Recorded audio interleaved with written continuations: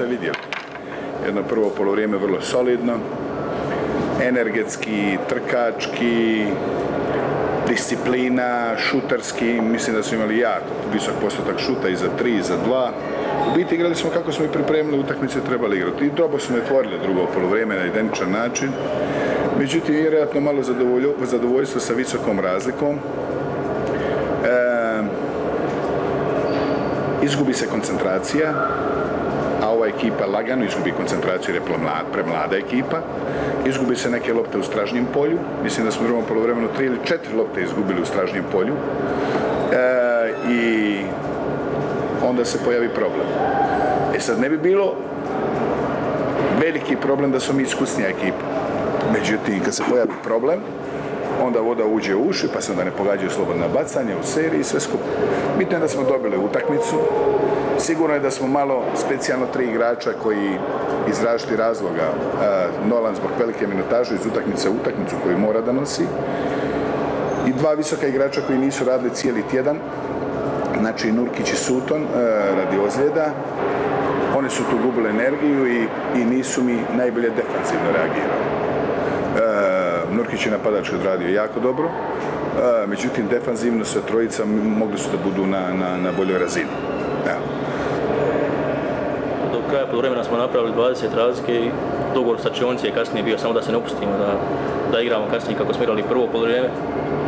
Ali očito smo malo nakon, kad smo vodili 20 razlike u trećoj četvrtini, malo smo se opustili i to je Široki iskoristio.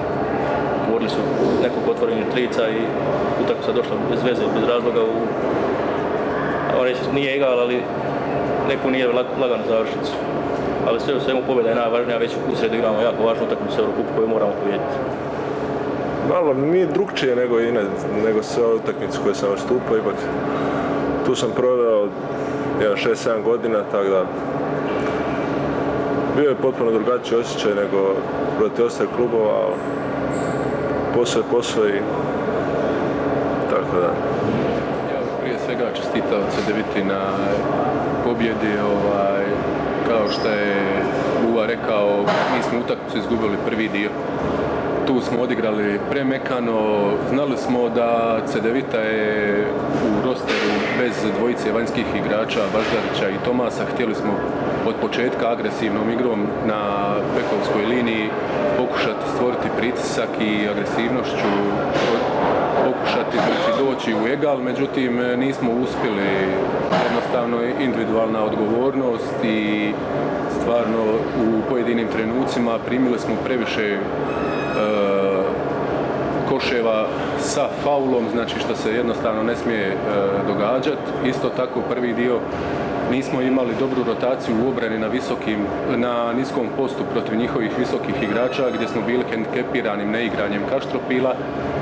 I prvo poluvrijeme je sigurno rezultiralo tako velikim vodstvom, međutim drugo poluvrijeme pokazali smo da ipak možemo igrati, čim smo podigli nivo agresivnosti u obrani, izgledali smo dobro, nažalost kod 12 razlike promašili smo 4 uzastopna napada, tako da možda da smo tu realizirali barem 2 napada, mislim da bi završnica bila drugačija, međutim Cedevita je iskusna ekipa koja nije dozvolila da im se približimo na kraju i još jednom čestitam na pobjedu.